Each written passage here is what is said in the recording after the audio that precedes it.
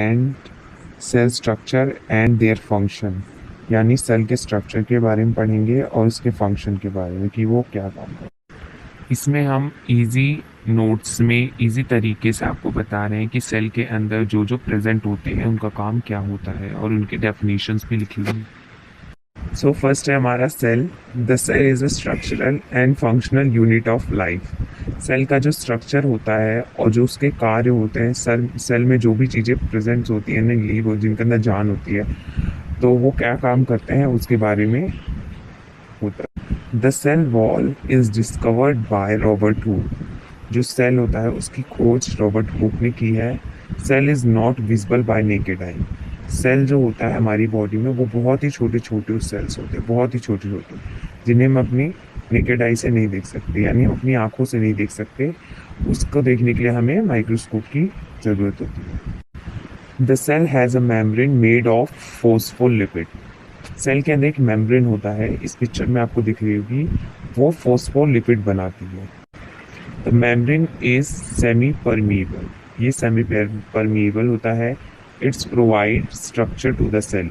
ये सेल को structure provide करता है, यानी कि जो सेल है हमारा किस टाइप से बन रहा है, किस टाइप का शेप है, उसका साइज है, वो इस मेम्ब्रेन देखती है, उसको उसका स्ट्रक्चर प्रोवाइड करती है।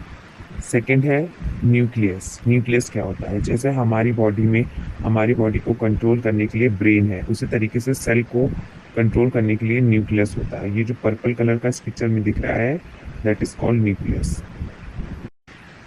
It is located in the centre of cell. जो हमारा सेल होता है, न्यूक्लियस उसके सेंटर में रहता है। It is controls the cell, यानी जैसे मैंने बताया वो इस सेल को कंट्रोल करता है। एक तरह से जैसे हमारी बॉडी में ब्रेन होता है, वैसे ही सेल के अंदर न्यूक्लियस काम करता है। न्यूक्लियस का ये भी काम होता है, वो जेनेटिक मटेरियल्स बनाता है। नेक्स्ट है Golgi body. It is the transport system and packing unit. जो हमारे बॉडी में प्रोटीन्स या जो भी विटामिन्स आते हैं, तो वो गोल्गी बॉडी पैकिंग करता है और उसको सेल तक पहुंचाता है। एक तरह से जो गोल्गी बॉडी है वो हमारा ट्रांसपोर्ट सिस्टम है, ये पैकिंग यूनिट है। नेक्स्ट है माइटोकॉन्ड्रिया। ये जो होता है ये एक पावर हाउस होता है। सेल का जो पावर हाउस होता है वो माइटोकॉन्ड्रिया होता है। ये जो एनर्जी रिलीज होती है एटीपी के फॉर्म में, उसको स्टोर करता है। एटीपी का फुल फॉर्म है एडेनोसिन ट्रीफॉस्फेट। नेक्स्ट है हमारा लाइसोसोम्स। लाइसोसोम्स का वर्क होता है it's remove waste material from the cell. तो जो लाइसोसोम्स होता है वो क्या करता है, जो हमारे सेल के अंदर वेस्ट मटेरियल आते हैं उनकी पैकिंग करता है और उन्हें सेल से रिमूव कर देता है। It is also called suicide bag as remove the dead material. इसे सुसाइड बैग भी कहते हैं क्योंकि जो सेल के अंदर डेड मटेरियल होता है, जो मतलब जो सेल के अंदर खराब चीज़ें होती हैं, वेस्ट चीज़ होती हैं जो डेड हो जाती हैं, उनको वो रिमूव कर देता है सेल से। नेक्स्ट है हमारा ribosomes.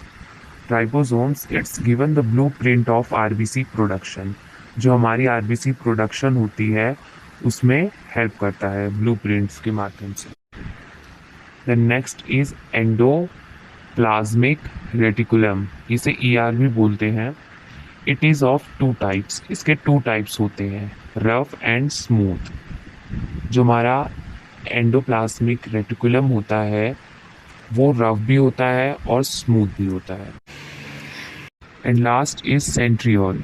It's provides framework for sale division.